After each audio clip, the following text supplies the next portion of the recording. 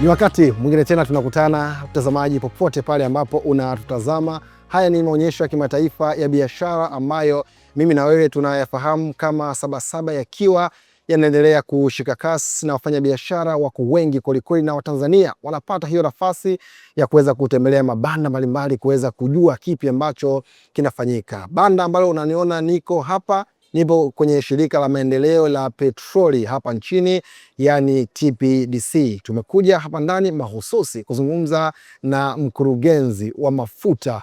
Ni mwaka mwingine tena na maonyesho mengine tena ya kimataifa ya kibiashara. Kwanza, tangu umekuja hapa, umetembelea mabanda mbalimbali, unaonaje haya maonyesho?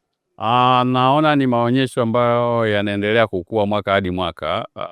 Na uzuri TPDC imekuwa ikishiriki haya maonyesho kila mwaka bila kukosa. Na ukiangalia maboresho yaliyofanyika mwaka huu ni ya kimkakati, na mambo ambayo yanaonyeshwa katika hili banda hususan za TPDC, unaweza kuona jinsi banda lilivyotayarishwa.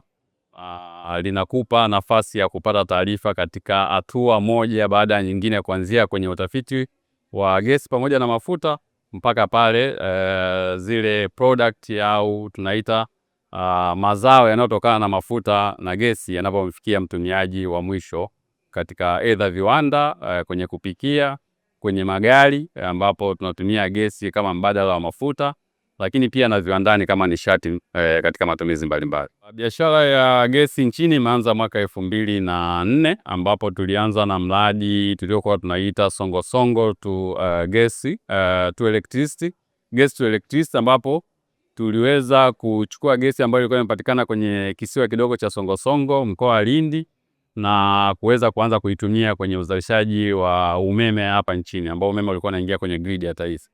Kwa hiyo kuanzia mwaka 2004 tumekuwa na mahitaji ya gesi katika maeneo anuwai zaidi ya uzalishaji wa umeme, na nikitaja tu mojawapo ni viwanda, ambapo viwanda ambavyo vilikuwa vinatumia mafuta mazito au tunaita industrial diesel kwa lugha ya kigeni, vingi vilianza kuhamia kwenye matumizi ya gesi asilia. Kwa sababu gani? Kwa sababu kwanza gesi asilia ni nishati safi ukilinganisha na mafuta kwa mfano ya diesel au petroli, lakini pia ni nishati ambayo ina gharama nafuu zaidi ukilinganisha na nishati zingine. Kwa hiyo kwenye upande wa mazingira, kwa sababu tunaingia kwenye masuala ya environmental social governance kwa maana ya ESG, ambapo biashara nyingi inabidi zichukue hilo eneo kama ni eneo mojawapo la kufanya zile biashara zao ziendelee kupata kibali cha kutekeleza majukumu yao ya kawaida. Kwa hiyo wakati unazalisha bidhaa zako unazozifanya kwenye eneo lako ulipo, lazima uangalie pia mazingira ambayo unayaacha kwa vizazi vijavyo. Kwa hiyo katika hiyo eneo ambao unasema kwamba gesi asilia ni nishati safi, inavutia zaidi biashara nyingi kuhamia kwenye matumizi ya gesi asilia. Mwaka 2004 wakati tumeanza, nimetaja kwamba matumizi yalikuwa tu kwa ajili ya kuzalisha umeme. Lakini tunavyoongea sasa hivi tuna viwanda takriban 60 katika mikoa 4. Kwa maana tuna viwanda ambavyo vinatumia gesi asilia katika mkoa wa Mtwara, ambako pia ni sehemu mojawapo ambao tunazalisha gesi asilia. Kuna viwanda ambavyo vinatumia gesi asilia katika mkoa wa Pwani, na tuna viwanda ambavyo vinatumia gesi asilia katika mkoa wa Dar es Salaam. Asilimia kubwa viko katika mkoa wa Dar es Salaam kwa sababu ndipo miundombinu yote ya kuzalisha gesi asilia kutoka Mtwara pamoja na Songosongo inafikia hapa Dar es Salaam. Lakini tumefikia sasa kuona gesi asilia inakuja kununuliwa Dar es Salaam, hapa inapelekwa kwenye mikoa kama Songea kwa ajili ya matumizi ya magari, ambapo watu ambao wanafanya biashara ya usafirishaji wakitumia magari mengi kwa wakati mmoja kwenye biashara zao, kwa mfano wanaosafisha makaa ya mawe, wanaona ni bei rahisi kutumia magari ambayo yanatumia gesi asilia kuliko kutumia mafuta ya diesel. Kwenye upande wa mafuta, kwa sababu nimeongelea kama nasimamia sehemu ambayo inaangazia upande wa mafuta, upande wa gesi asilia. Niangazie kwanza kwenye upande wa mafuta. Kwenye upande wa mafuta tuna eneo ambalo tunatekeleza miradi ya miundombinu.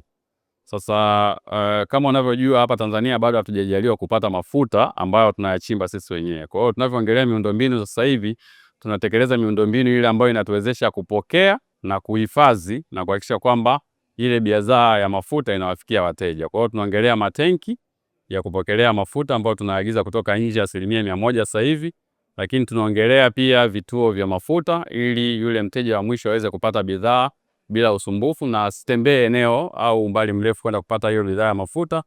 lakini pia tunaongelea miradi ya mabomba. Kwa mfano sasa hivi tuna bomba ambao tunashiriki mradi wa EACOP, tunashiriki kwa 15% katika ule mradi ni wa kutoa mafuta ghafi kutoka Uganda ambako wenzetu wamepata mafuta kuyaleta mpaka bandari ya Tanga ambapo tutakuwa na miundombinu kwa ajili ya kuhifadhi pale, na baadaye atachukuliwa na meli kwa ajili ya kuyapeleka nchi mbalimbali kwa ajili ya usafishaji ili tuweze kupata zile bidhaa za mafuta. Kwa maana ukitoka kwenye mafuta ghafi ndio unapata diesel, unapata mafuta ya ndege, unapata petroli, unapata mpaka ile gesi ya kwenye mitungi ambayo tunaita LPG.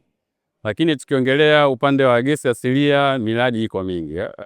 Sasa hivi tuna miradi ya utafiti, kwa sababu hapa tunaongelea mnyororo wa thamani kuanzia kwenye utafiti. Kwa hiyo tuna miradi ambayo tunaendelea kutafuta data ambazo hizo data tutazichakata ili ziweze kutueleza ni maeneo gani ambao tunaweza tukaweka miradi ya kuchimba gesi kwa maana ya visima vya utafiti. Lakini tuna miradi pia ya ujenzi wa vituo vya gesi kwenye magari. Kama nilivyosema, gesi inatumika kama mbadala wa mafuta kwa sababu moja ni bei ya chini zaidi ukilinganisha na gharama za mafuta, lakini pia ni safi zaidi kuliko mafuta. Kwa hiyo ni nishati ambayo haichafui zaidi mazingira. Kwa hiyo tunajenga vituo sasa hivi kwa ajili ya kuhakikisha kwamba wananchi wanachukua hiyo advantage ya kutumia gesi asilia kwenye vyombo vya moto na wakapunguza yale matumizi ya mafuta. Tuna miradi ya miundombinu ya gesi asilia ambayo inawezesha watu kupata hiyo nishati katika maeneo yao mbalimbali. Kwa mfano kama mtu ana kiwanda, gesi asilia haiwezi kumfikia mpaka umejenga lile bomba ambalo linaweza kumfikishia gesi pale. Kwa hiyo tuna viwanda vingi sasa hivi ambavyo vimeomba gesi kutoka TPDC na tuko kwenye nyakati tofauti tofauti ya kujenga hiyo miundombinu ya mabomba kuhakikisha kwamba wanapata gesi asilia. Na neno lako la mwisho sasa kwa watu wote ambao wanatembelea hapa, wengine hawajabahatika kutembelea bara la TPDC, unawaambiaje? Ni waombe wa Tanzania ambao hawajafika kwenye maonyesho ya mwaka huu ya Sabasaba waweze kufika. Kwanza ingawa ni eneo ambalo nisingependa ni mazingira mazuri zaidi ya mwaka huu.